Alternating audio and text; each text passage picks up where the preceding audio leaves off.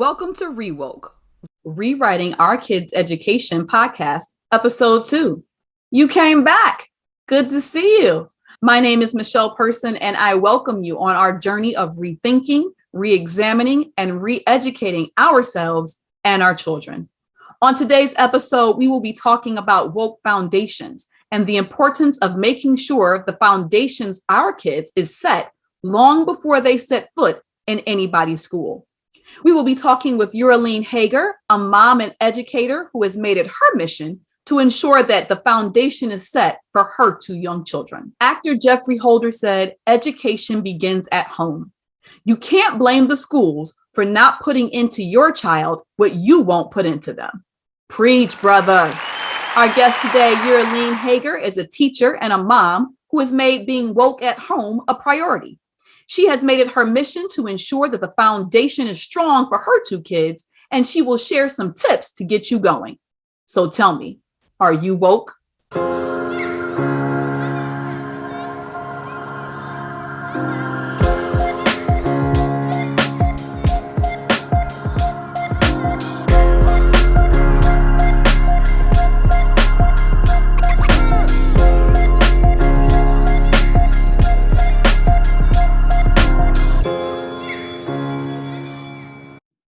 To be woke is to be aware of the social and racial injustice in the world, acknowledge that those injustices impact us every day in a million different ways, and actively seek ways to counteract and dismantle those injustices.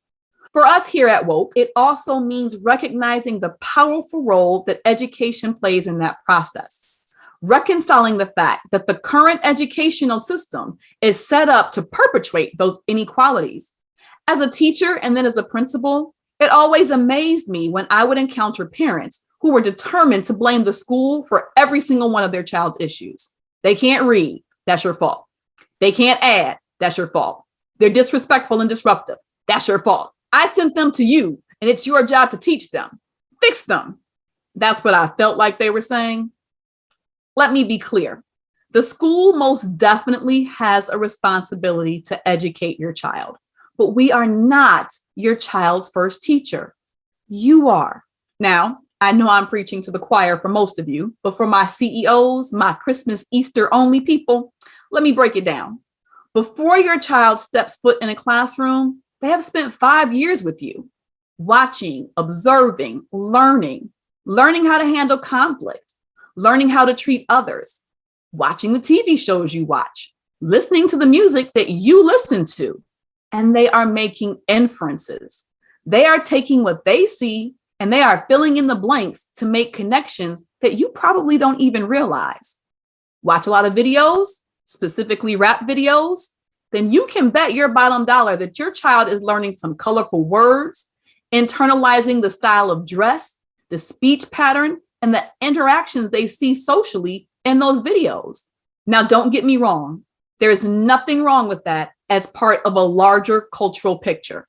Those videos are a part of who we are as a people, but they are not everything that we are. We are rappers, but we are also PhD holders. We are fashion icons. We are caring humanitarians. Those images also have to be part of our picture. We have to make sure that we are representing and presenting both, because if we don't, our kids are only seeing one part, especially in those first 5 years. Beyond those first 5 years, let's do the math. There are 24 hours in a day and 168 hours in a week. There's no school on Saturday and Sunday, so we're down to about 120 hours of the school's possible influence. Then there's the school day. The average school day is technically 6.5 hours. Take out about 40 minutes for lunch, 40 minutes for a daily special like gym or art or something, and 30 minutes pack up time at the end of the day. And trust me, I'm being real, because getting books, papers, and coats for 25 to 30 students is a whole process. That's about 4.5 hours left in the actual school day for about 22.5 hours a week. Again, remember, there are 168 hours in the week, but I'm telling you that for 22 hours of those 168, that's what the school has.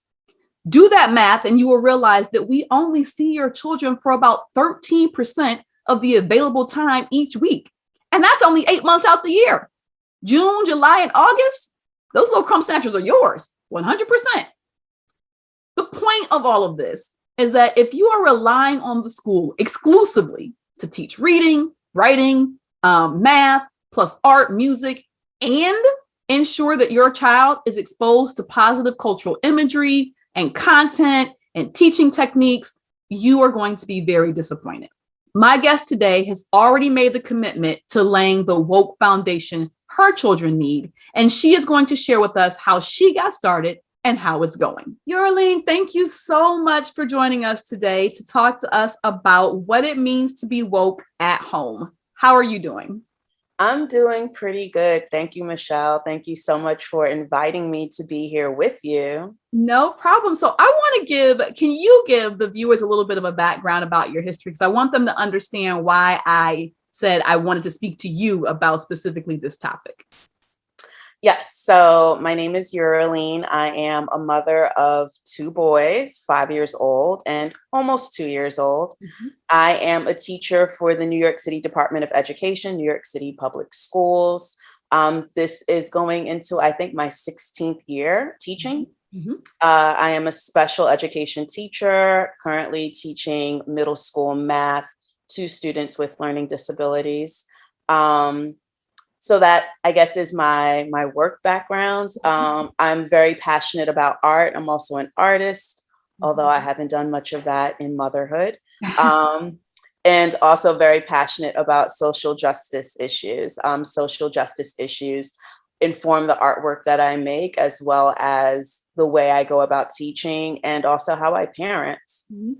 So that's a little bit about me. Yeah, pretty much. And so when you take all of those things together, you create a great intersection for somebody like me who is looking for someone who understands the importance of making sure that classrooms are culturally responsive, but also making sure that as a parents, we understand that we don't wait to send our kids to the culturally responsive school. We have to first create that cultural responsiveness and that awareness at home so that, we are cultivating that in them before we send them out the door. So I wanted to start off by saying to you, we talk about being woke all the time on this show, being aware of social injustice, being aware of racial injustice and prejudices, and then also being woke more specifically in education about what that means in terms of the limits of traditional education, what that means in terms of what supports are needed in traditional education. So I want you to tell us, what does being woke in education mean to you? I think it means everything that you just said.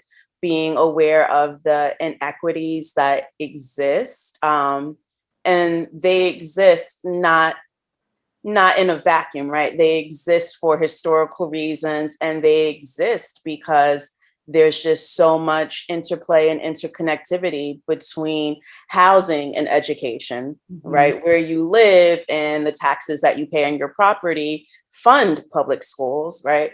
Education inequities exist because of the intersection of employment and education, right? It exists because of health and disparities in health and education. So it's all of those things when we're talking about what it means to be woke in education. It mm-hmm. means to be aware of the interconnectedness of all of our social systems and the inequities in all of our social systems and how they impact the students who come into our classrooms. But I think on a more intimate level for me, how I interpret being woke in terms of how I'm raising my boys and their connection to education is I see it as also child development, because it starts with the self, the ego, the it, right? And anyone who's in education would know that, in terms of child development, the first stage is the child is very aware of herself or himself. So I think being woke is also about just understanding and knowing knowledge of self, where you fit in all of these stories and the history of the inequities in this country. And I feel like once, our children have knowledge of self and self-love, then it sets them up to deal with everything else, like how they relate to family, community, and the greater society from a place of empowerment. I love that. I love that so much. So once you have poured into your baby and you know that they have a great, strong sense of self and they are experiencing that self-love and they are beginning to interact with their communities and with people around them, what do you do to ensure that they continue to grow on that woke path? More specifically, what do you do to ensure that they are exposed to culturally relevant reading material and imagery before they even begin school? Right. So I think it's on my end as a mom, very heavily curated. It's not something that you can just sort of like happenstance into, or just sort of like, lackadaisically approach. Like, it has to be very curated and very well thought out. So some of the things that I do here in our home is all of our books center people of color. So the characters are always Black children or other children of color. Sometimes I am gifted books that do not necessarily align with that. So there are a few books here and there that aren't necessarily within that path of children's literature. But when I'm buying and picking books, and when people are gifting books that know me and know how I parent, those are the kind of books that come into our home. My best friend, who's the godmother of my two sons, gifted my babies with a monthly book box subscription. And the book box is from two Black bookstore owners. And the books that they send every month are culturally relevant books. Is it the Just Like Me book box? No, it's Jambo Okay. Book Box. They're out of Georgia. Okay. Highly recommend. Mm-hmm. I also make sure that all of the images, the art, everything that's on our walls and around us is African centered. They see us on our walls, so lots of family pictures, family portraits, artwork by Black artists. I make sure the music that they listen to reflects us and our culture. I'm not really too big on TV. For now, it is just PBS Kids. I keep it very educational. But yes, in terms of our home, I do try to make sure that every bit of information they get, whether it's art, music, literature, that it is coming from a very African-centered, Black-centered place. And I think that's amazing. It's Just Like Me books Just Like Me Presents grew out of Just Like Me books. And Just Like Me books started because of me wanting to create something to fill that void of the fact that there are very few Black and brown characters in literature. And so that's where Kai and the Daddy Man came from, my first book series. That's where Nathaniel English came from, because the educator in me not only wanted them to see fun expressions of entertainment, but I wanted them to learn something. So Nathaniel English came about. And then I began networking with other authors and to put together cultivated book lists, just like you mentioned, because it's important that children see the diaspora. So like, I personally don't write science fiction. I don't write a whole lot in the world of fantasy. There are other Black authors that do. And I wanted to make sure that, if you don't have to go out of Black literature to find a good fiction book, to find a good fantasy book. And so that I 100% respect everything that you just said in terms of making sure that from the books that you bring into your house, the art that you hang on your walls, the music that you play, because those are all things you can do to be teaching without actually explicitly teaching. Those are the things that are seeping into their subconscious to make sure, it's not preachy. It's not boring. It's just them. It's them like as they're finding themselves in the world, seeing reflections of themselves. And so, like you said, they are learning right now just through what you're doing, that they are powerful, that their skin color is beautiful, that they can be and do anything, because in the books that they're reading, the people look like them and they're being and doing anything. And that's probably some of the most powerful imagery that you can give them at this stage. So I love that you do that. What is one thing that you have learned on your journey as you've been parenting your boys that you wish that you knew at the beginning, that you would have done from the first time you brought home your oldest baby from the hospital? If you had realized, oh, I should have been doing this. What's a suggestion that you have from a parent that you wish you had known from the beginning in this journey and cultivating this whole this positive imagery for your kids? Well, I was pretty certain and adamant that at that point it was, just Cosmo, my oldest son, that he would be raised in a very Black-centered home. The one thing that I wish I did know from the beginning is about conscious parenting from a Black perspective. It's often called decolonized parenting or parenting decolonized.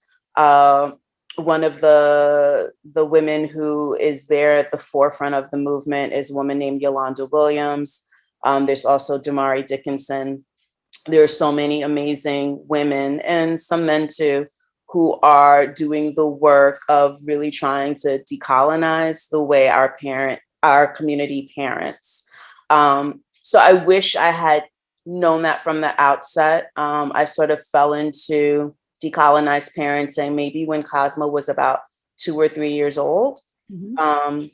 And there's a lot to decolonize parenting. Some people, can you speak to that? Because that's a term that I don't think a lot of people are familiar with. So can you talk a little bit about, and we'll have some links to resources to learn more about what decolonized parenting is and places you can go to learn more about it. But can you speak a little bit about what that term means and what it is? Yes. So it is all about raising free Black children.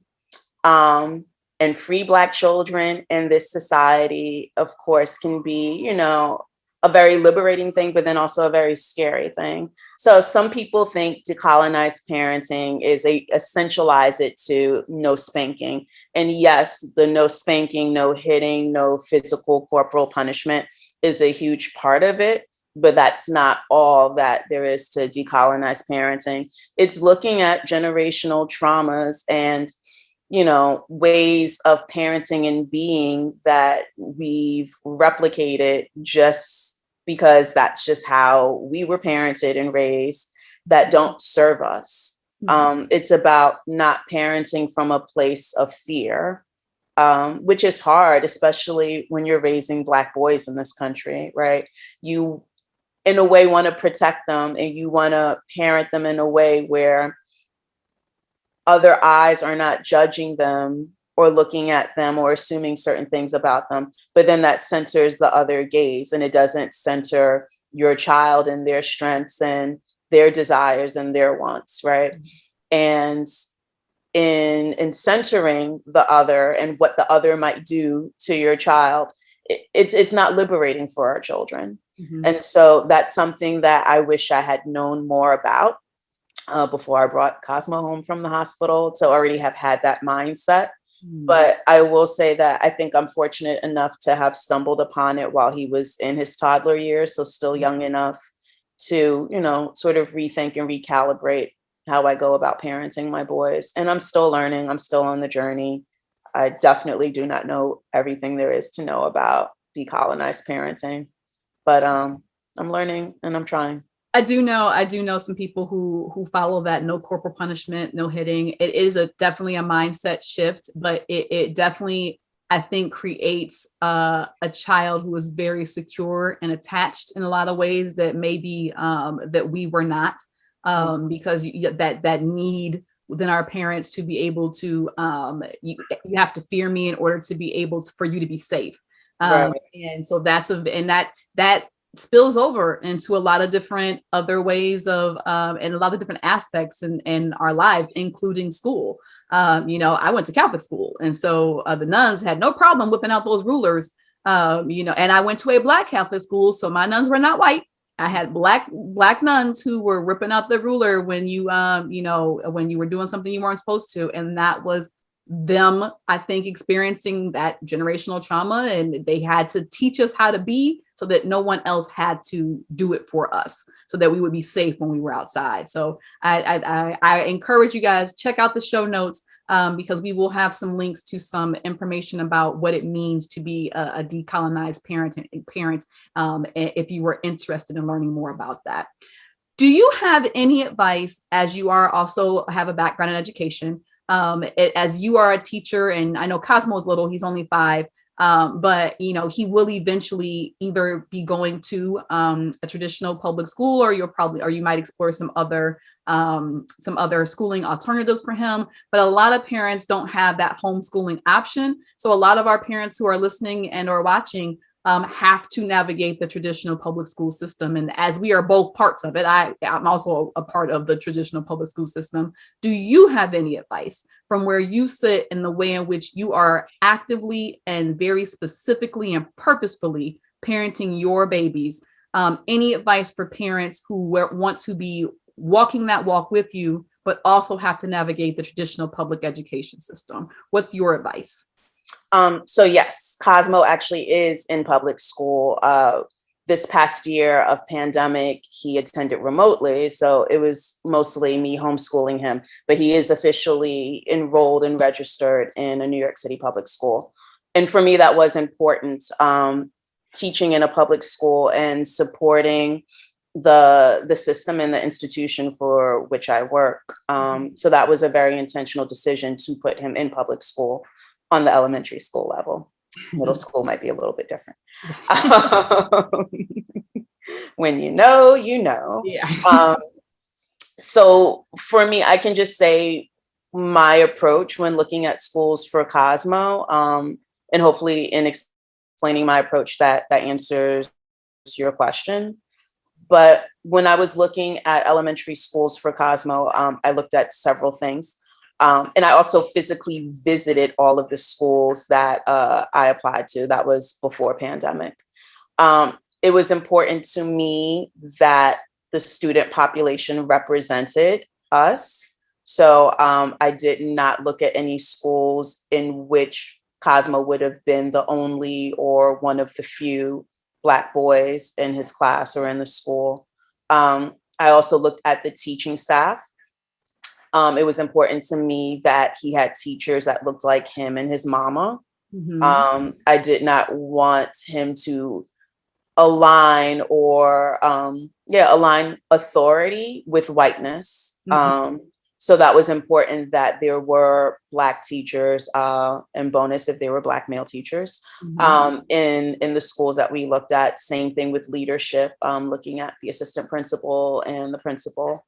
So those things were important to me. I know they might not be important to maybe most people. Most people wouldn't think like that or approach looking at a school like that. They might look at test scores, what extracurricular activities are being Mm-hmm. offered and things like that.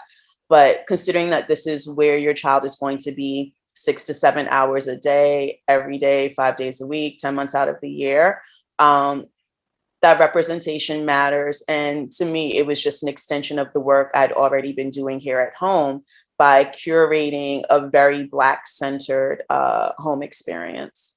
So there was that part of it. As a teacher, I did look at curriculum. I'll be honest with you, some curriculum out there is trash. So I wanted to know what curricula were being used to teach my child reading, writing, math. And I looked for things that were more progressive in their approach. And I was looking for curricula that, was research-based.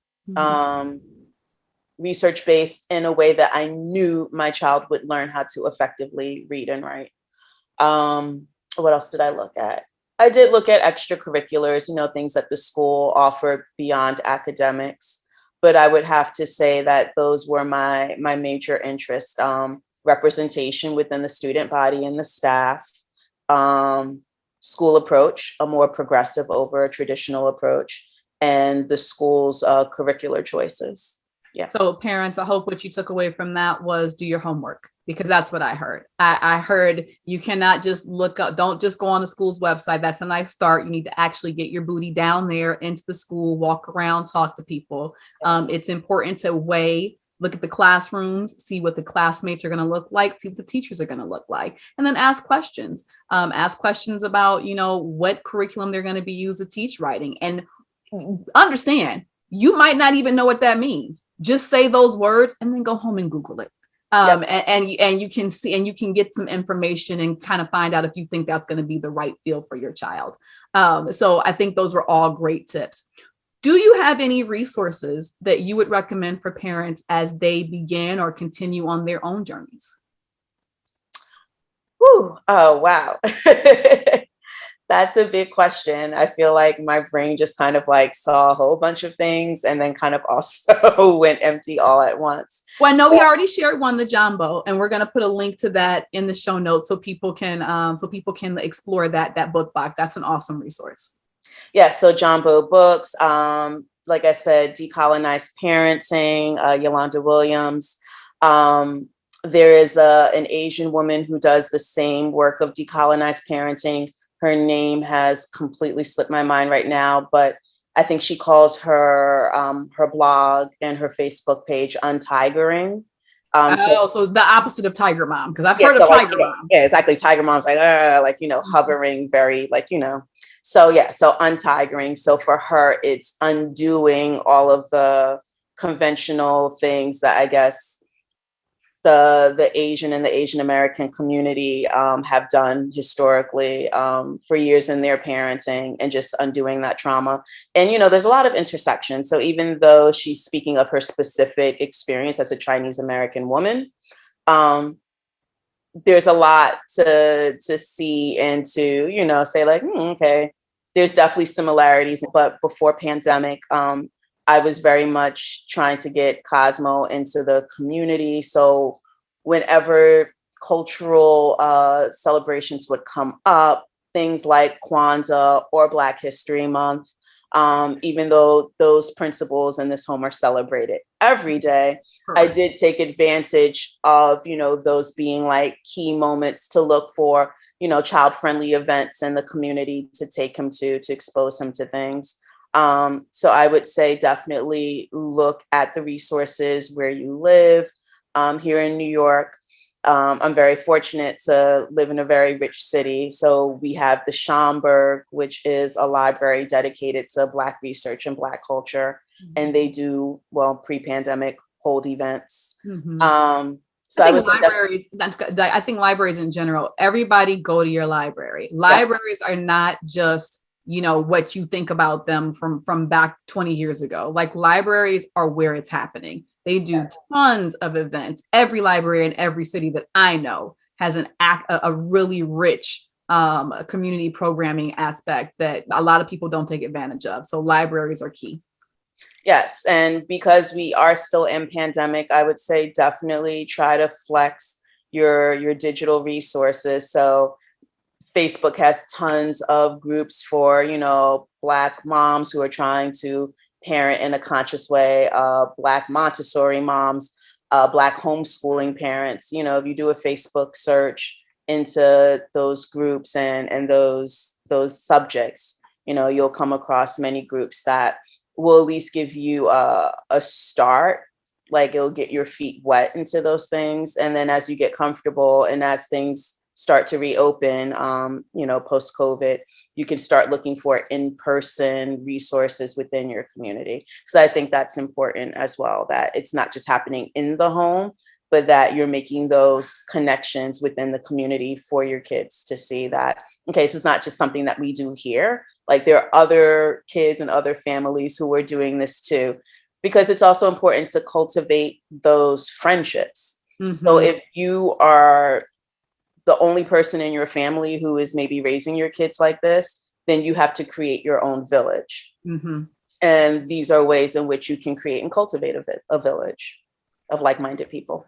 I love that. Like, making sure, because not everybody's going to be on board. Not everybody's going to be on board with you and your and the ideas that you have and the way in which you want to parent your kids. And so creating that village is a great tip. So thank you so much for actually saying that.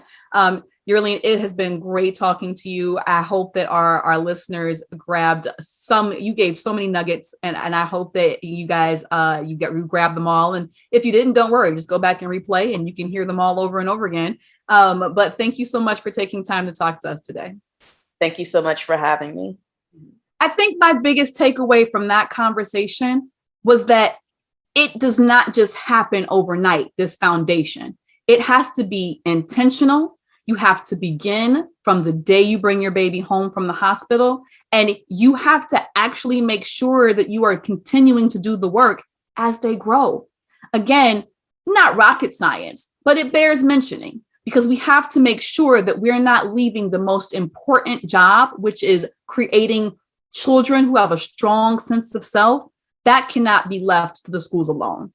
We all have to be in this together. And I think my favorite comment from Uraline is the importance of creating a village. And we have to make sure we create that village. Let us know what your biggest takeaway was. Hop on over to our Facebook page, Just Like Me Presents, join our group, and tell us the idea that most resonated with you and the one thing that you're going to do this week in your home.